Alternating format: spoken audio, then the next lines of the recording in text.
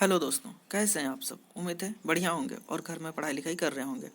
आज हम आपके लिए लेकर आए हैं क्लास 10 का सामाजिक विज्ञान मॉडल सेट नंबर 1। शुरू करते हैं क्वेश्चन नंबर 1। क्वेश्चन नंबर 1 है, फ्रांस की क्रांति कब प्रारंभ हुई।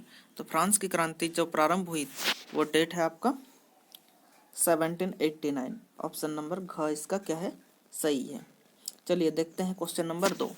सामाजिक उपबंध नामक पुस्तक का लेखक कौन था। सामाजिक उपबंध नामक पुस्तक के जो लेखक थे वो थे रूसो। ठीक है, ऑप्शन नंबर ए सही है इसका।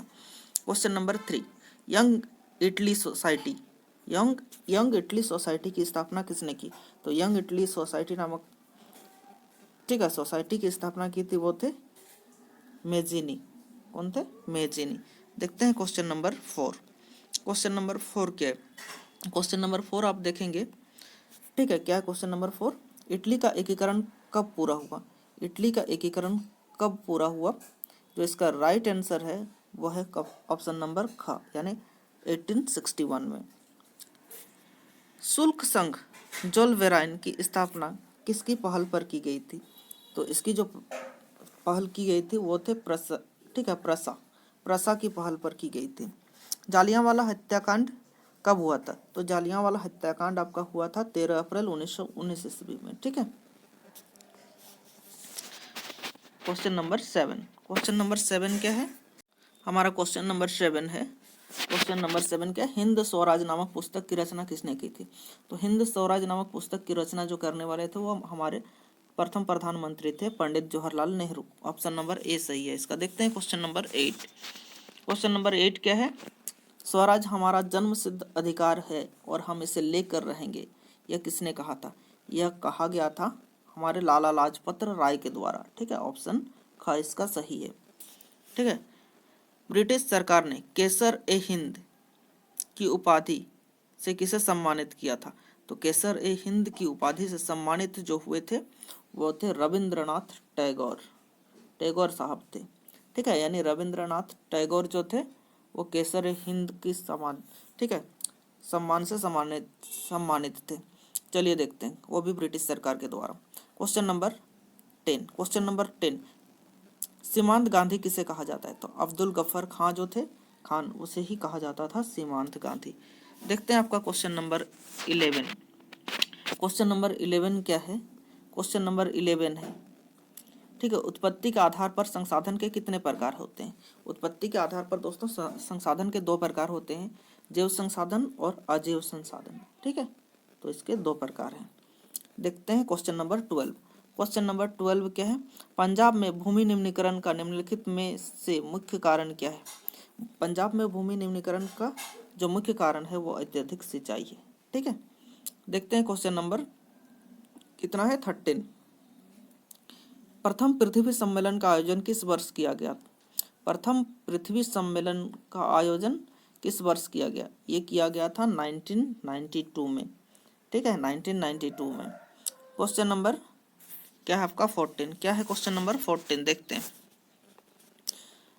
किस राज्य में काली मृदा मुख्य रूप से नहीं पाई जाती है। तो जिस राज्य में काली मृदा मुख्य रूप से नहीं पाई जाती है वो दोस्तों आपका क्या होगा, बता सकते हैं। ठीक है, क्वेश्चन नंबर 14। क्वेश्चन नंबर 14 क्या था कि किस राज्य में काली मृदा मुख्य रूप से नहीं पाई जाती है। तो इसका जो राइट आंसर है वो है आपका राजस्थान। राजस्थान में काली मृदा है जो मुख्य रूप से नहीं पाई जाती है। Question number 15।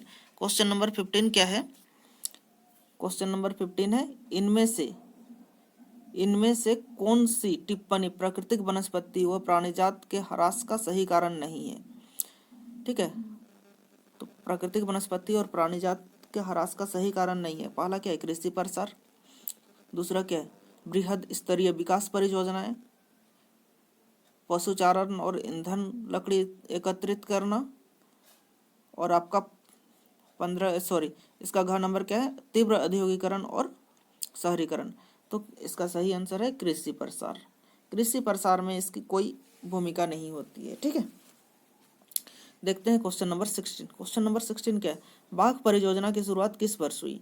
तो बाघ परियोजना की शुरुआत किस वर्ष हुई, ये शुरुआत हुई थी 1973 में। ठीक है, यानी इसका ख नंबर ऑप्शन सही है। Question number 17। क्वेश्चन नंबर 17 देखते हैं। क्वेश्चन नंबर 17 क्या है आपका? क्वेश्चन नंबर 17, अंतर्राष्ट्रीय प्राकृतिक संरक्षण और प्राकृतिक संसाधन संरक्षण संघ द्वारा विभाजन में किस श्रेणी को रखा गया है? अंतर्राष्ट्रीय प्राकृतिक संरक्षण और प्राकृतिक संसाधन संरक्षण संघ के द्वारा विभाजन में किस श्रेणी में रखा, ठीक है, किस श्रेणी को रखा गया है? यहाँ पे 2-3 श्रेणियां दी है, संकटग्रस्त जातियां, दुर्लभ जातियां, लुप्त जातियां और इनमें से कोई नहीं।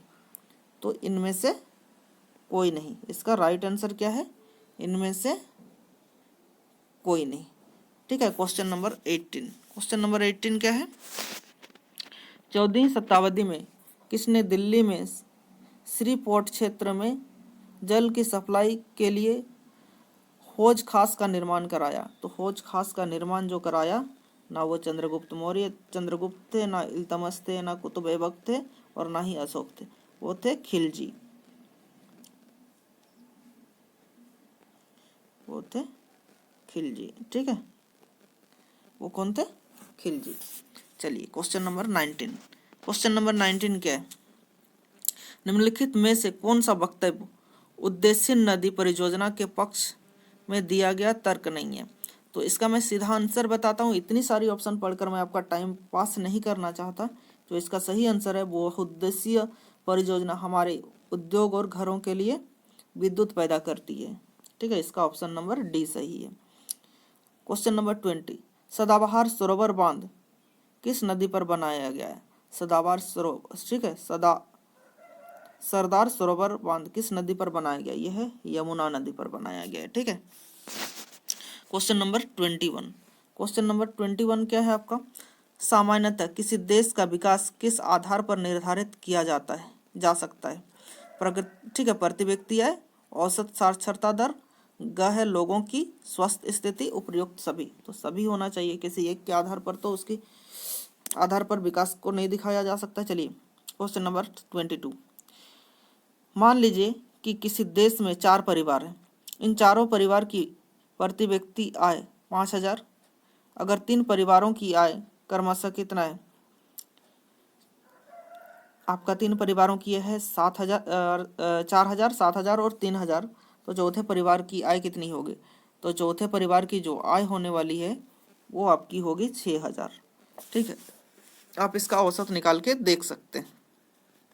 चलिए क्वेश्चन नंबर 23, क्वेश्चन नंबर 23 क्या है? मानव विकास रिपोर्ट देश की तुलना किस आधार पर कराती है? ठीक, करती है। मानव विकास रिपोर्ट देश की तुलना किस आधार पर करती है? तो मानव विकास की जो है देशों की तुलना किस आधार पर करती है? क्या इसका स्वस्थ सही आंसर है? क्या शिक्षा, प्रति व्यक्ति आय, उपयुक्त सभी। इसमें से भी जो सही आंसर होने वाला है उपयुक्त सभी, ठीक है, इनकी तुलना सभी के आधार पर होता है। क्वेश्चन नंबर 24, एक वर्ष में पैदा हुए प्रति 1000 जीवित बच्चों में से 1 वर्ष की आयु से पहले मर जाने वाले बच्चों की संख्या क्या कहलाती है? ठीक है, क्या कहलाती है? वो कहलाएगी शिशु मृत्यु दर। यहाँ पे बच्चा माँ नहीं मर रहा है, ठीक है, और ना औसत मृत्यु दर, ठीक है। वनोत्पादक संग्रह करना किस क्षेत्र की गतिविधि है? तो वन उत्पादक संग्रह जो है वो किसकी है? वो प्राथमिक क्रिया है, ठीक है, वो क्या है? प्राथमिक क्रिया है। क्वेश्चन नंबर देखते हैं 20, वे क्षेत्र जो सरकार द्वारा पंजीकृत होते हैं और उन्हें सरकारी नियमों और विनियमों का अनुपालन करना होता है, डैश कहलाते हैं?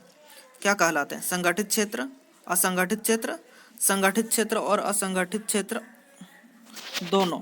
तो ये क्या हो जाएगा आपका? संगठित और असंगठित क्षेत्र दोनों ही कहलाते हैं, ठीक है। देखते हैं क्वेश्चन नंबर 27, क्वेश्चन नंबर 27 क्या है? रमेश, सुरेश, नरेश और राकेश 4 भाई हैं। रमेश खेत में काम करता है, सुरेश किसी फैक्ट्री में मजदूरी करता है, नरेश एक शिक्षक है और राकेश एक टैक्सी ड्राइवर है।